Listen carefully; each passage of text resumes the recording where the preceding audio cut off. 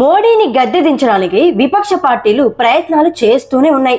అది చాలా ప్లాన్ గానే జరుగుతుంది. ఆయన పదవి స్వీకరించిన దగ్గర నుంచి మైనారిటీలకు వ్యతిరేకి అని, ముస్లింలకు వ్యతిరేకి అని, ఓన్లీ హిందువులకు మాత్రమే సపోర్ట్ చేస్తున్నాడు అని, రాజ్యాంగబద్ధమైన వ్యవస్థల్ని తప్పుగా వాడుతున్నాడని, రఫేల్ యుద్ధ విమానాలను కొని అందులో పెద్ద కుంభకోణం చేశాడని, ఐబీ, సిబిఐ, ఈడీలను విపక్ష పార్టీలకు వ్యతిరేకంగా ఇష్టానుసారంగా వాడుతున్నాడని నరేంద్ర మోడీ గారు దొంగ అని ముద్ర వేస్తున్నారు. అచౌకీదార్ చోర్ అన్నారు. మళ్ళీ ఇప్పుడు కొత్తగా ఓట్ చోర్ అంటున్నారు, గద్దీ చోర్ అంటున్నారు. ఆపరేషన్ సింధు తర్వాత ఆయన ట్రంప్ కు లొంగిపోయాడు అన్నారు. ఆయన ఎంత స్ట్రాంగ్ ప్రైమ్ మినిస్టర్ అనేది మనకంటే ఎక్కువగా ప్రపంచ దేశాలు విశ్వసిస్తుంటే, మన దేశంలో ఉండే కాంగ్రెస్ పార్టీ మాత్రం ఆయనక వీక్ ప్రైమ్ మినిస్టర్ గా ముద్ర వేస్తున్నారు. ఆయన వీక్ ప్రైమ్ మినిస్టర్ కాదు అని ఎన్నోసార్లు నిరూపించుకున్నాడు. పాకిస్తాన్ మనపై ఎన్నిసార్లు ఉగ్రదాడి చేసినా కూడా వాటికి వ్యతిరేకంగా ధీటుగా మనం నిలబడుకుంటూ వచ్చాం. వాళ్ళు ఉరి అటాక్ చేస్తే మనం సర్జికల్ స్ట్రైక్ చేసాం.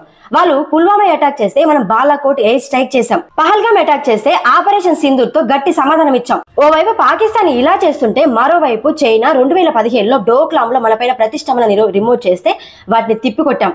ఆక్సాయి చిన్ లోని గల్వాన్ ప్రాంతంలో మరోసారి చైనా అదే విధంగా చేస్తే వాటిని తిప్పికొట్టి వాళ్ళకి గట్టి సమాధానం ఇచ్చాం. అందులో సక్సెస్ కూడా అయ్యాం. ఇప్పుడు ఈ రెండు దేశాలు కలిసి, అంటే పాకిస్తాన్, చైనా, ఈ రెండు దేశాలు కలిసి మన దేశం పైన వారికి సిద్ధమవుతుంటే మన దేశం ఏమైనా తక్కువ? అందుకే కదా మనం ఆపరేషన్ త్రిశూల్ స్టార్ట్ చేశాం. ఆపరేషన్ ప్రచండ ప్రహార్ని కూడా నిర్వహించాం. ఈవెన్ అరుణాచల్ ప్రదేశ్ నుంచి సిక్కిం వరకు కూడా మిలిటరీని సిద్ధం చేశాం. కొత్తగా అమెరికా కూడా యాడ్ అయింది ఈ వార్లో, బంగ్లాదేశ్ పేరు చెప్పుకొని.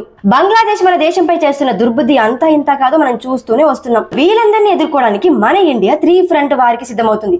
ఇది కదా మోడీ పవర్ అంటే. ఇప్పుడు ఫైనల్ గా ఒక విషయం చెప్తా. కాంగ్రెస్ పార్టీ ఇందిరాగాంధీ గారి టైంలో ఓన్లీ మిలిటరీ పరంగానే దృష్టి సారించింది కానీ ఎకనామికల్ పరంగా కాదు. ఆ టైంలో ఓన్లీ మిలిటరీ పవర్ పెంచుకుందే కానీ ఎకనామికల్ పవర్ పూర్తిగా డౌన్ అయిపోయింది. కానీ ఇప్పుడు మోడీ గారి ప్రభుత్వం ఎకనామికల్ పరంగా, భౌగోళిక దృష్ట్యా అండ్ మిలిటరీ పరంగా అన్నింటిలో ముందుకు దూసుకెళ్లిపోతున్నారు. ఏ ఒక్కదాన్ని కూడా డౌన్ కానివ్వట్లేదు.